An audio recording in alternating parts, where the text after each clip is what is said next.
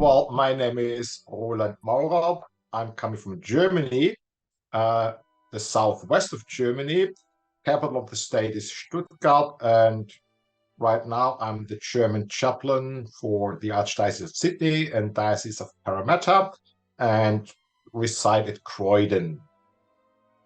Well, I was studying for the priesthood for the Diocese of Rothenburg, Stuttgart, and that was at the University of Tübingen, starting in 87 till 92. And it's part of the program in year 3. You are forced to leave the college and go on your own somewhere else. And I decided to go to Sydney then. That's my connection to Australia.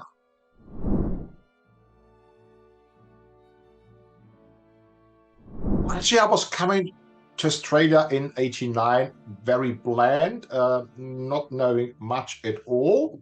And living there and studying there, I sort of fell in love with the country and with the people, and nearly didn't go back home, but I had to go back home. And I was ordained priest then in 95 in Germany, but I never lost my love for country and people, and started to visit my friends over there more and more. And finally, the position of a chaplain in Sydney was available. I applied for that and sort of I got it. And since 2012, I'm now here back to Sydney.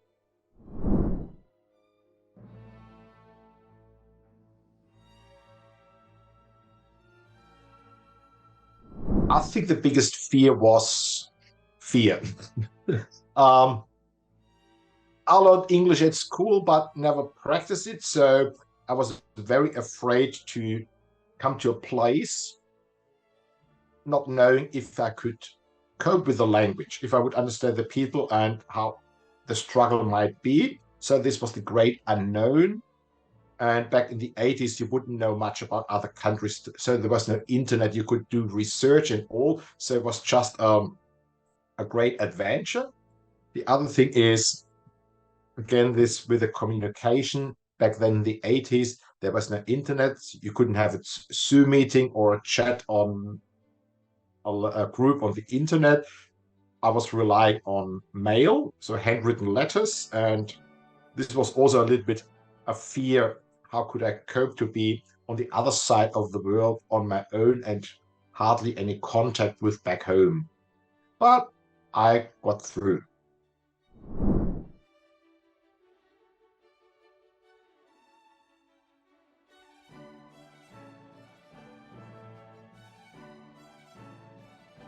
I studied at Manly, and so I was there in the seminary, so there were always people around. And as I was the only German, I was forced to speak English all day and listen to English all day.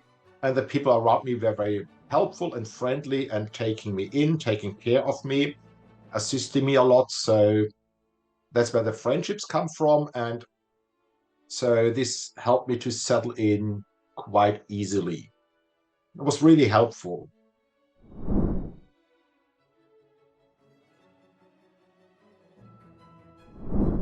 What was quite different, how open the people were and talking and whatever else. Germans are rather buttoned up, I would say.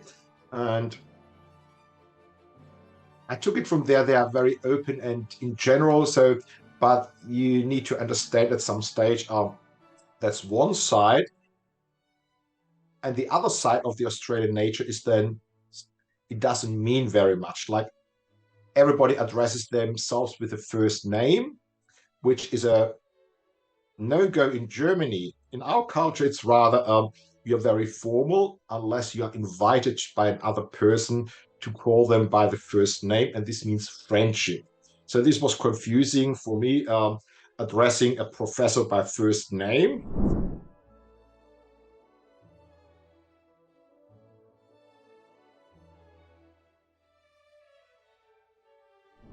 The cuisine then, we are talking about the 80s, wasn't as diverse as it is today. So the fanciest thing would be a Chinese restaurant then, or maybe Italian food, and the rest was basically old style Australian, British style of food, which wasn't bad, I have to say. But like, if you get the same thing all the time, your palates are becoming a bit homesick, I would say. But there was one thing I always tell the people how weird it is for German. So the white bread you got. First breakfast at Manly, you got white bread, toast bread, and this was served in Germany only for upper class people, and for normal people, like on a special dish, like once a year. It was very fancy. So my first breakfast, no five-star restaurant food. I was impressed. The second day again, and the third day, and after say 1 or 2 weeks, I was sort of like longing for German style rye bread and couldn't get it in Sydney. And after I think half a year, by accident, it was the overpass of a train station. There was a bakery, and I found German style rye bread, bought the loaf, and was eating half the thing the very same evening.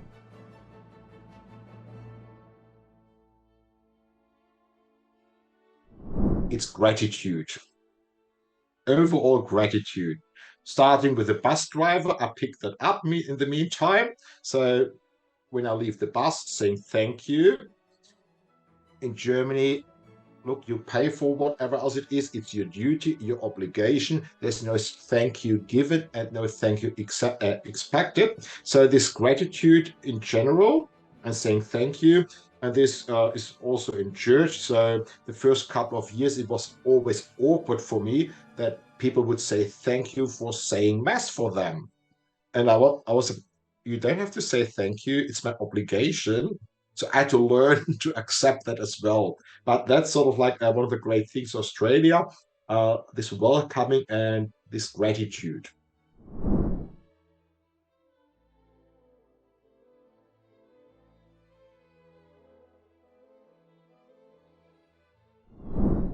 I think that's the usual given things like punctuality, reliability, and all these things being organized. But my own mindset, sort of like being organized or solution orientated, might be a very nice thing, but Aussies are very different, I guess. So if there is a meeting and I reach 10 o'clock, I will be there 5 to 10, and then expect the meeting starts at 10. Aussies come for 10 o'clock-ish, and then have their cup of tea, their bickies, and socialize. And I'm still wondering, when do we start actually?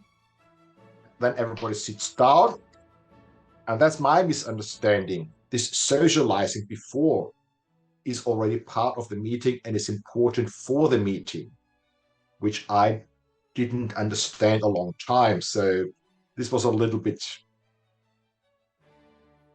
a spanner in the works on my side. And then on the other side, listening to people about whatever else is on the agenda. After some time, I understand what the problem is, and I figure out a solution, which I will then present. And everybody is sort of like flabbergasted. Australians are, that's the other side, how people deal with things, are rather problem orientated. We talk about problems and maybe never come to a solution, but talking about this is also helpful. So it's not a bad thing. And then if I come with my, oh, that's the solution, I read about this and I quoted it, then I steamroll the people with that. I present them a solution they haven't reached yet. So therefore, I need to meditate with myself, not to come up with a solution if the people are not ready for that. So at the end of the day, I could sum it up in this quote: Australians love German efficiency. but they don't love efficient Germans. That's I take this with me and to think about and reflect about myself quite a lot.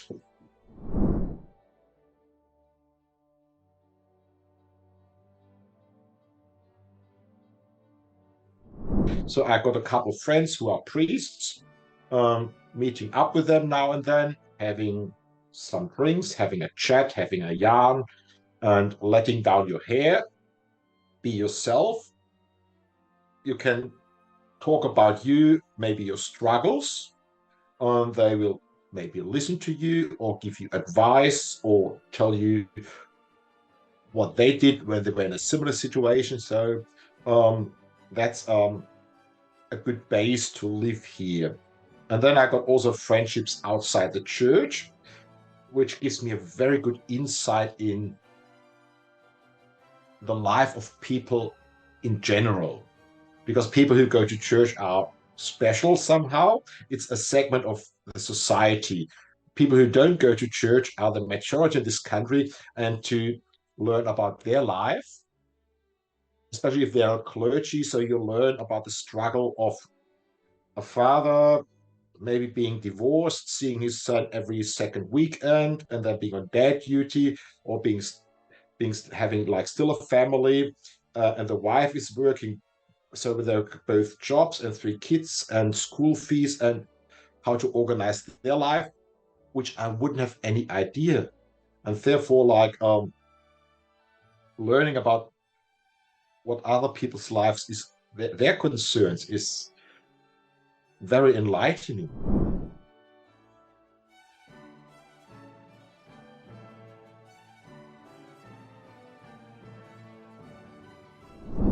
Well, we got lots of migrant priests coming in, and in Sydney we have an induction program to help all those priests from overseas to settle in and adapt.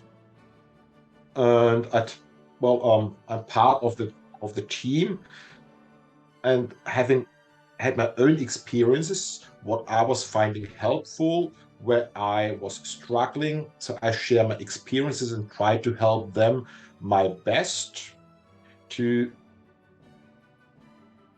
settle in and to embrace. Because like if you don't embrace because you are overwhelmed, you might fall through the gaps then. And that's what we try to avoid.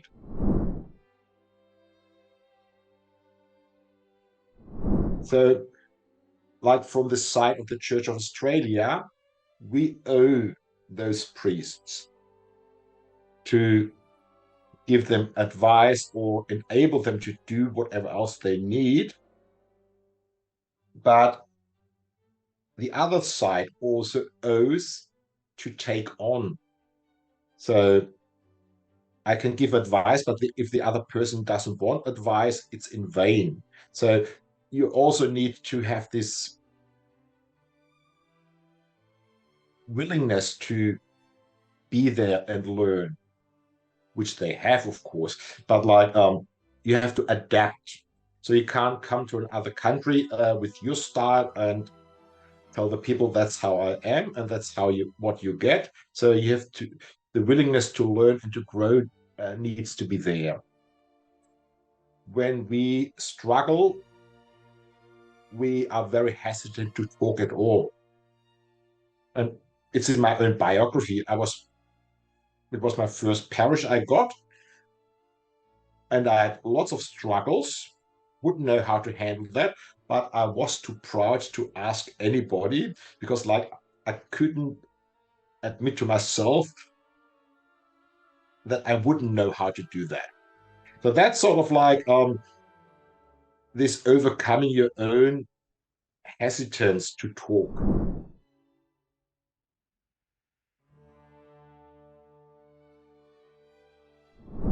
So there's always somebody in the congregation who takes care and is offering help and assistance, and just keep it up.